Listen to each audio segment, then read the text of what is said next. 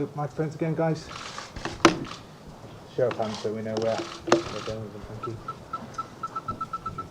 Good afternoon, Kevin. I think it's the second time Manchester City have been at this stage of the competition. How important a game is it for the club, and also how important that this becomes common practice, commonplace, it happens season after season after season? That's what we want to achieve. I think this team is building on that. Obviously, we need time to do that year after year, but obviously last year was I think a great step for the team, and we know it's going to be a tough task tomorrow to play against the informed team in France, but obviously we have to do our job and try to win this round to stay in the Champions League. And I think it's very important for the people who look at us, who have to criticize us, evaluate us, to see that we're going in the right direction.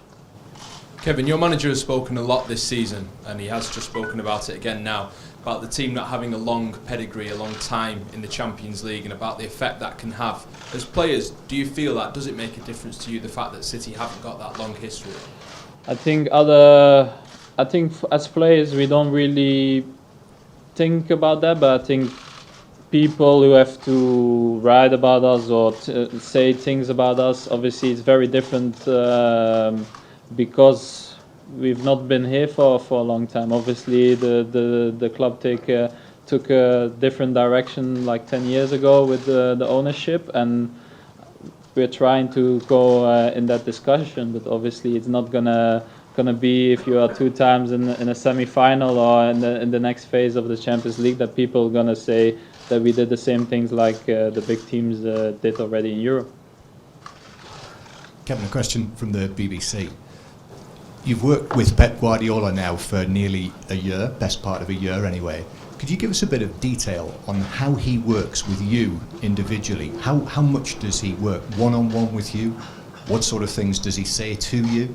And generally, how is he, and before a big game like this, maybe thinking back to the Barcelona match here in the group? To be fair, I think he prepares all his games as detailed like no other. He's not going to do the same and not going to do something differently against Huddersfield, for instance, than now against Monaco.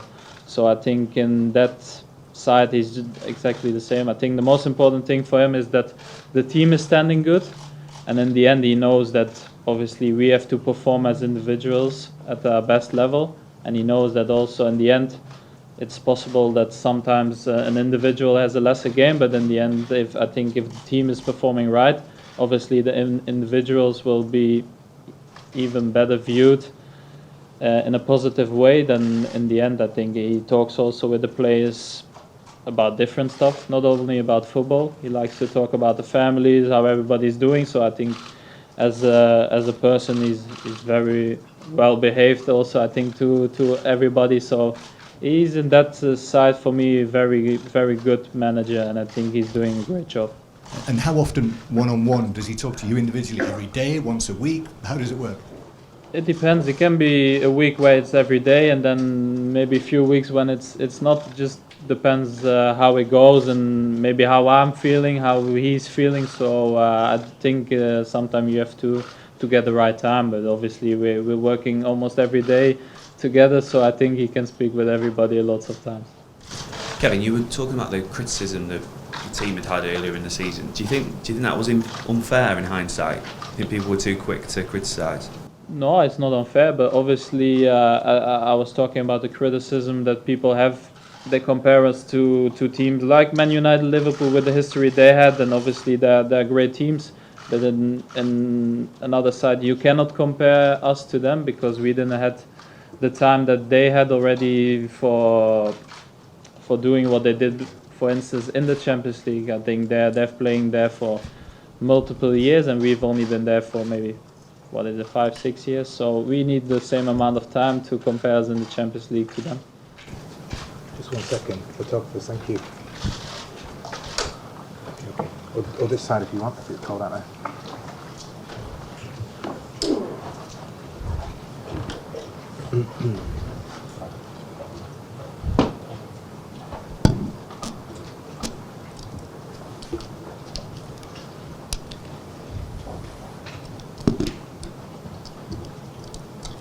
Bonjour Kevin, une question en français. Jérémy Cortez de Canal+. Pep Guardiola était assez impressionnant sur sa connaissance de l'AS Monaco. Qu'est-ce que vous connaissez-vous à titre personnel de l'actuel leader de Ligue 1? About them, the team that's top of the league at the moment. Well, personally, I don't know too much about them, not at the moment at least. But before training and during training today, then we'll be talking about them. I think there's 36 hours to go before the game starts. We've only just off the back of a cup game. Things happen really quickly in football, and we will be finding out more about them. We know that coach is going to be really well prepared and prepare us for the match. He'll have a plan for tomorrow's game, no doubt, and he'll share that with us. Bonjour Kevin, question en français également. Hi Kevin. Vous avez joué le PSG l'an passé. You played against PSG last year. You knocked them out last year. Now you're playing against Monaco. Do you keep a close eye on what's going on in French football? Obviously, PSG's victory over Barcelona, and then how Monaco's playing at the moment. Is that changing your opinion a bit about French football? What's been happening lately? I have to tell you that I don't really watch football that much, genuinely speaking. But I know that they're a strong team, absolutely. I know they're top of the French league at the moment. PSG are a big team with some really top-class players. And for Monaco to be top of their division, that means that they must be a good team as well. But I think that ultimately, we have to stick to our task, be well prepared, prepare ourselves for the game in order so that we're in the best possible position to win it. And that's the most important thing for us. Hello. Okay, I think you said you haven't really analysed them yet, but they've got the best attack in Europe at the moment. So what are you going to be doing to stop them scoring? Because they're really prolific at the moment. We're going to do what we always do, I guess. We have our own style, as it were, and we won't be changing the way in which we play. I mean, that's our strength, and then ultimately, we're going to play the way that we want to play. Put Monaco under pressure, of course. We know it's not going to be hard, of course. We know it's not going to be easy. It's going to be difficult. We know, but we'll be doing our best and try to impose our game.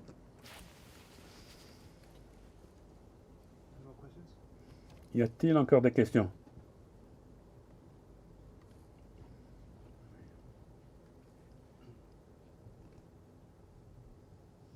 Kevin, bonjour. Est-ce qu'il y a un joueur Hello, Kevin. Is there any one particular player that you've been impressed by in the Monaco ranks? Well, I know that they're very strong.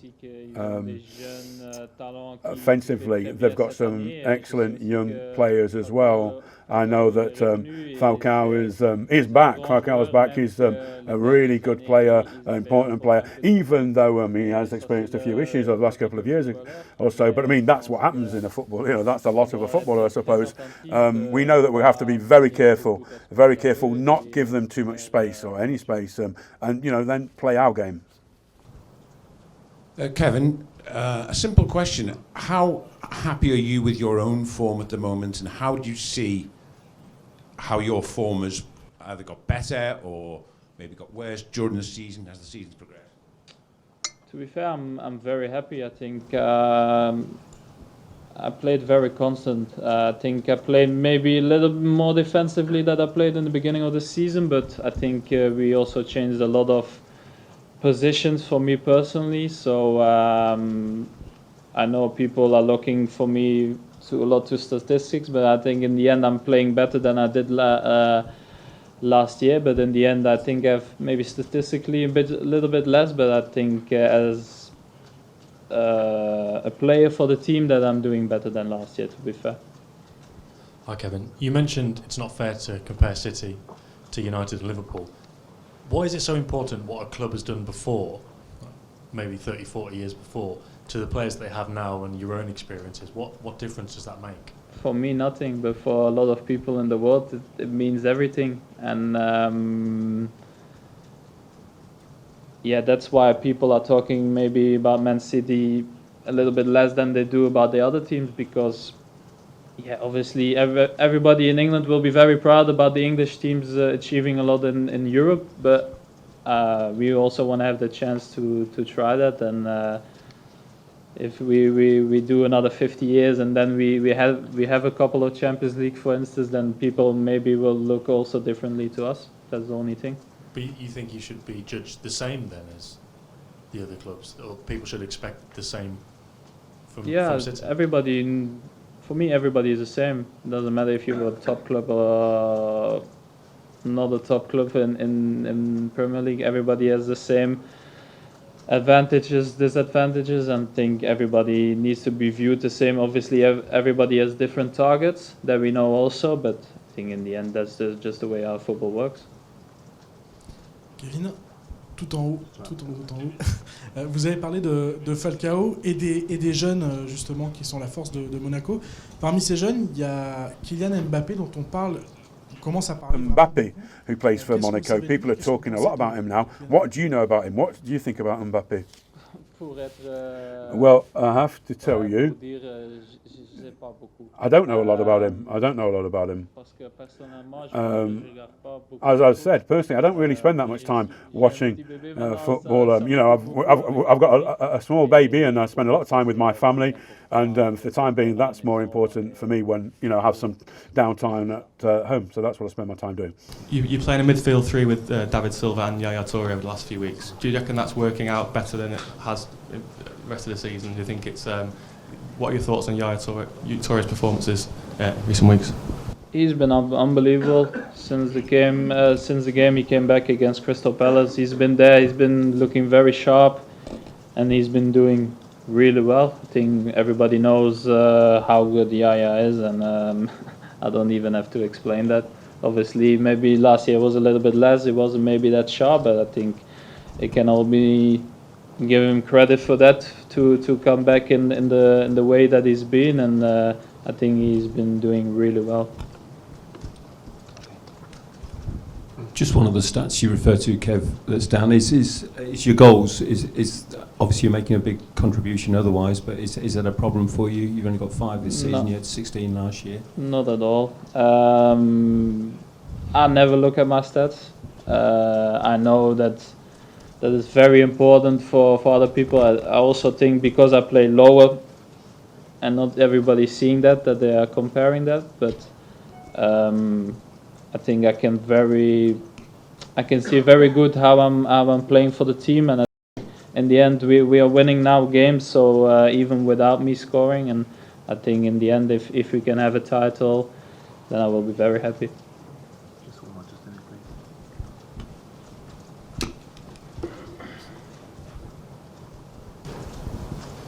Hi Kevin, how are you enjoying playing the different positions you have this season, and where do you think you're most comfortable on the pitch?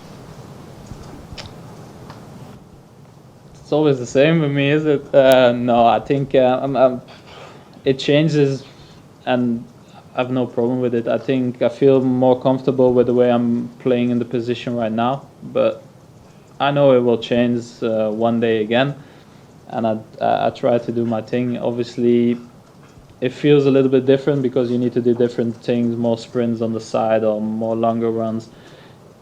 It just depends. I think it's most difficult for the body to adapt sometimes to the playing style because you're playing different roles. That's it. Okay, cheers guys.